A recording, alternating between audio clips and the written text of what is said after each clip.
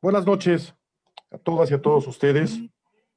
Agradezco la presencia del doctor Elías Zárate, analista político, del licenciado Omar Jiménez Puebla, activista social de la Asamblea Social del Agua y también analista político.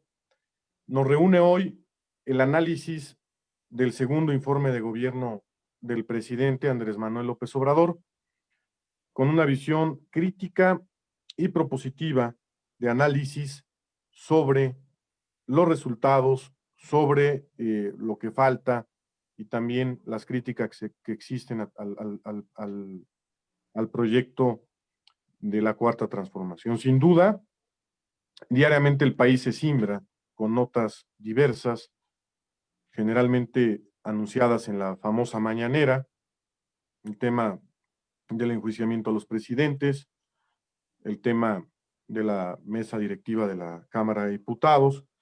Pero bueno, México diariamente vive una lluvia de información que hace que la gente esté más atenta a las notas, a las noticias, y la idea de este programa es informar. A 2 años del gobierno del presidente Andrés Manuel López Obrador, me gustaría, Omar, que pudieras comentar como antecedente cómo ves cómo recibe el país Andrés Manuel bajo tu óptica. Adelante. Bueno, pues buenas noches, gracias por la invitación a este programa. Yo sí quiero, antes de iniciar mi participación, mandar las condolencias a toda la familia del compañero Cefardino Martínez Rodríguez. Me acabo de enterar hace unos momentos que falleció a consecuencia de COVID, un personaje histórico de la izquierda, con quien yo tenía muy buena amistad, tenía una reunión para el próximo miércoles con él. Lamentablemente se nos ha adelantado. Un abrazo fraterno a toda su familia. Bueno, yo creo que mañana se espera un informe de gobierno en donde es el segundo año del mandatario estatal de Andrés Manuel López Obrador, en donde en muchos factores no se ha avanzado, se ha estado combatiendo, pero no se ha visto sinceramente el avance. Y uno de ellos es que dentro de los logros que canta el compañero presidente es el combate a la corrupción. Este combate a la corrupción yo lo vinculo mucho con el área de seguridad ciudadana del país, en donde yo lo he dicho en diferentes intervenciones que he tenido en diferentes programas, que así como hay policías muy buenos, muy honestos, también hay policías que están vinculados al narcotráfico. Y el primer cuestionamiento que yo hago al compañero presidente, él sabrá los enjuagues, los amarres que hay en las cúpulas del poder, es que Genaro García Luna, en diciembre del año pasado, fue detenido por vínculos con el cártel de Sinaloa, que ha salido también Felipe Calderón, y hay dos personas que están en inteligencia de la Secretaría de Seguridad Ciudadana del gobierno federal, uno de apellido Pequeño, ¿sí?, y vinculado a Genaro García Luna, porque él sigue ahí. Tuvieron que ver también con el atentado contra Omar, el secretario de Seguridad Pública de la Secretaría de Seguridad Ciudadana de la Ciudad de México. No obstante, también recibió un país que se daba al por mayor, el huachicol. ¿Y para qué les cuento? Aquí en Puebla, en la presencia de Facundo Rosas, de Ardelio Vargas, que sigue por acá, pues se dispararon, y aquí en Puebla se ha visto la disminución. Yo no estoy diciendo que ya acabó, pero se ha visto la disminución. Otro triunfo que va a cantar Andrés Manuel López Obrador es la captura de José Antonio Yepes, el Marro, un narcotraficante, la delincuencia organizada. Pero también un triunfo importante que se da es de que todos los programas de los adultos mayores ya se elevaron a rango constitucional. Y en ese sentido, lo que dice mi amigo Elías Zárate, pues él ha presentado un año muy difícil, 2020, porque aparte de la economía que estaba resquebrajada, bueno, llegó la pandemia y ha provocado muchos desempleos, tanto formales e informales.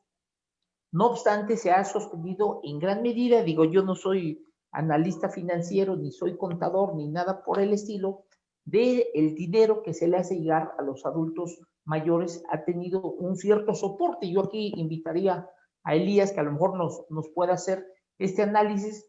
En la mayoría de la gente se ha sentido ese apoyo o ese beneficio económico que ha otorgado. Si se coloca una tienda de autoservicio, un OXXO, provoca el cierre de 20 tiendas, la famosa tiendita de la esquina.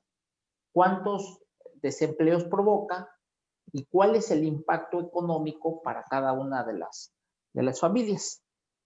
También el presidente de la República se enfrentó este año que del 23 de marzo al 30 de mayo el Producto Interno Bruto cayó a un 2.1% y esa cifra se quedó corta con el desplome histórico del 18.7% en el trimestre siguiente. Y estamos hablando que fue mientras se mantuvo el COVID, en la crisis severa, crisis sanitaria, porque sigue vivo el COVID. En 2019 representó para el gobierno de Andrés Manuel López Obrador el año con la menor cantidad de empleos formales creados en México en una década, aunque el salario promedio de cotización al Instituto Mexicano del Seguro Social creció el 3.7% en términos reales. La mala racha se extendió a enero y febrero, cuando los puestos creados cayeron de 27 y 2.2% comparado con el año previo. Tras esos 2 meses, solo se ha hablado de pérdida de empleo, siendo abril el mes que tuvo la peor cifra desde que se tienen registrados, con 551,247 puestos perdidos, si hablamos del comercio formal. En julio, la pérdida de empleo se desaceleró a 3,907, de acuerdo con el presidente. En lo que va de agosto, se regresó a la creación de puestos laborales con alrededor 80,000 empleos. En cuanto a la inseguridad, el año anterior fue el más violento en la historia de México, con 35,588 víctimas de homicidio doloso y 1,006 feminicidios.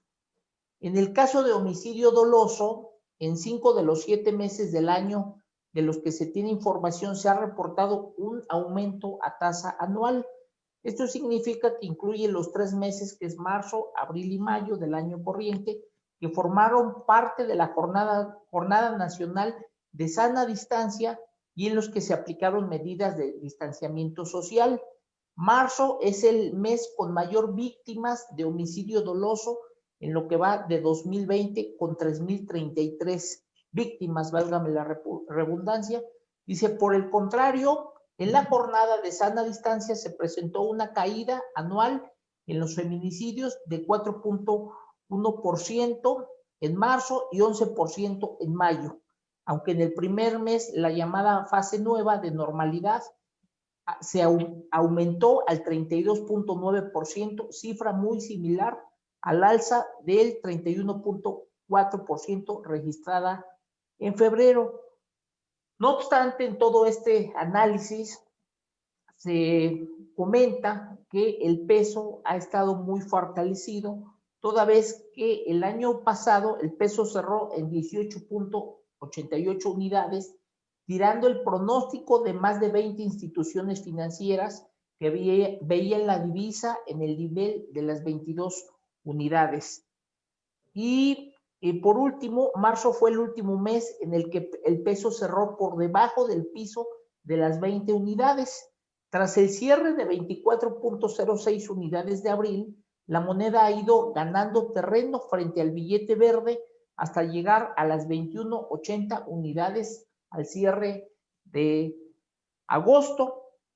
Y todo parece que el peso ha estado fortalecido, que obviamente los estragos de la pandemia pues no se ven ahorita, se van a ver posteriormente.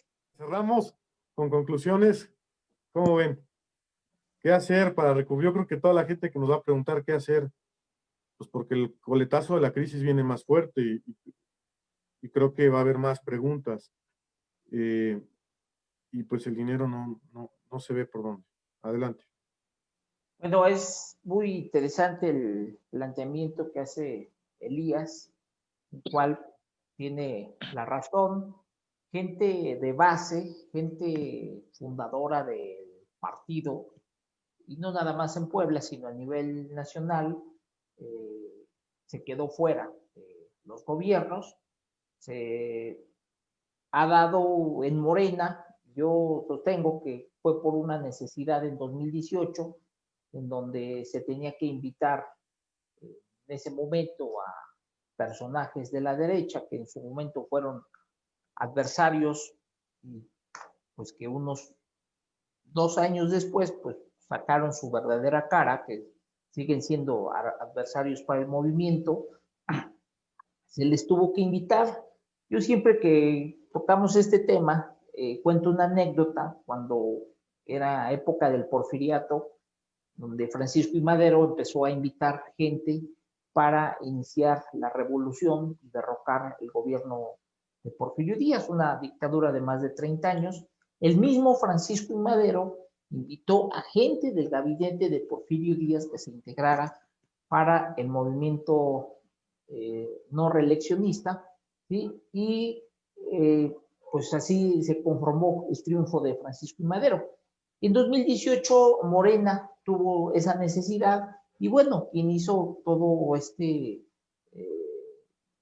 negociación fue pues el hoy presidente Andrés Manuel López Obrador. Años después, 2 años, no es mucho, pues vuelven a mostrar su verdadera cara. En este contexto, a mí me parece muy interesante mañana, en el contexto del segundo informe de gobierno de Andrés Manuel López Obrador, ¿qué se va a dar? Porque pues finalmente hoy el diputado Gerardo Fernández Noroña pues ya declaró abiertamente una guerra contra Andrés Manuel López Obrador, una diferencia de ideas. ¿Qué se va a dar mañana en el contexto del segundo informe de gobierno?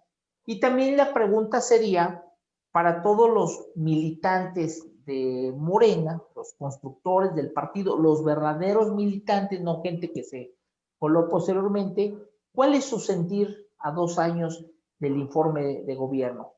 Veo que estamos entrando a una crisis partidaria en donde la renovación de la dirigencia nacional del partido ha habido dimes y diretes, la intromisión del Tribunal Electoral Federal en una vida privada de un partido público, finalmente es una vida privada, de intromisión, y bueno, las componentes que se van a dar posteriormente, los argumentos que hace hoy Gerardo Fernández Noroña en cuanto a que si llegaran a matar al compañero presidente de la República, quien se queda como presidente interino, pues es el presidente de la mesa directiva de la Cámara de Diputados, que va a ser el PRI, Dulce María Sauri. Bueno, en ese contexto, Andrés Manuel López Obrador la semana pasada dijo algo muy cierto. Él ha sido el presidente más atacado en los últimos 100 años por la derecha, con insidias, con necedades, con mentiras, en una guerra mediática que le están pegando por absolutamente todo. Y él dijo, todos los diputados locales, regidores, presidentes municipales, diputados federales, etcétera, etcétera, en su mayoría ganaron por el arrastre de nuestro movimiento, no ganaron por sí mismos. Y hoy en día, el único que está defendiendo el proyecto se llama Andrés Manuel López Obrador. Y todavía con su risa sarcástica, si le queremos llamar así, él dijo, no hay ningún presidente municipal del país, no hay ningún congreso local del país, no hay ningún gobernador que salga a apoyarme a defender la 4T. Yo soy el único que tengo que estar dando contestación a toda esa serie de insidias, de calumnias, de difamación, de persecución a mi persona y a mi gobierno. Y creo que ahí tiene mucha razón. Se viene la renovación del partido, se vienen las elecciones de 2021 y yo creo que es el momento de rescatar a los compañeros de base que anduvieron entregando volantes. El hecho de ser el mejor brigadista no significa que sea el mejor funcionario público. Hay mucha diferencia en la universidad. El mejor alumno no es el mejor maestro. Hay grandes diferencias y yo creo que hay que fortalecer la vida institucional de Morena, por lo que dice Elías, es mucha razón. El desastre que se vive en muchos estados por pues funcionarios que llegaron al poder, perdieron el contacto, se perdió el partido en movimiento y hoy es un partido estático. En Puebla no existe Morena, no hay una voz crítica que esté presionando a los gobiernos emanados de ese instituto político. Entonces yo creo que hay que rescatar todo esto y hay mucho trabajo que hacer.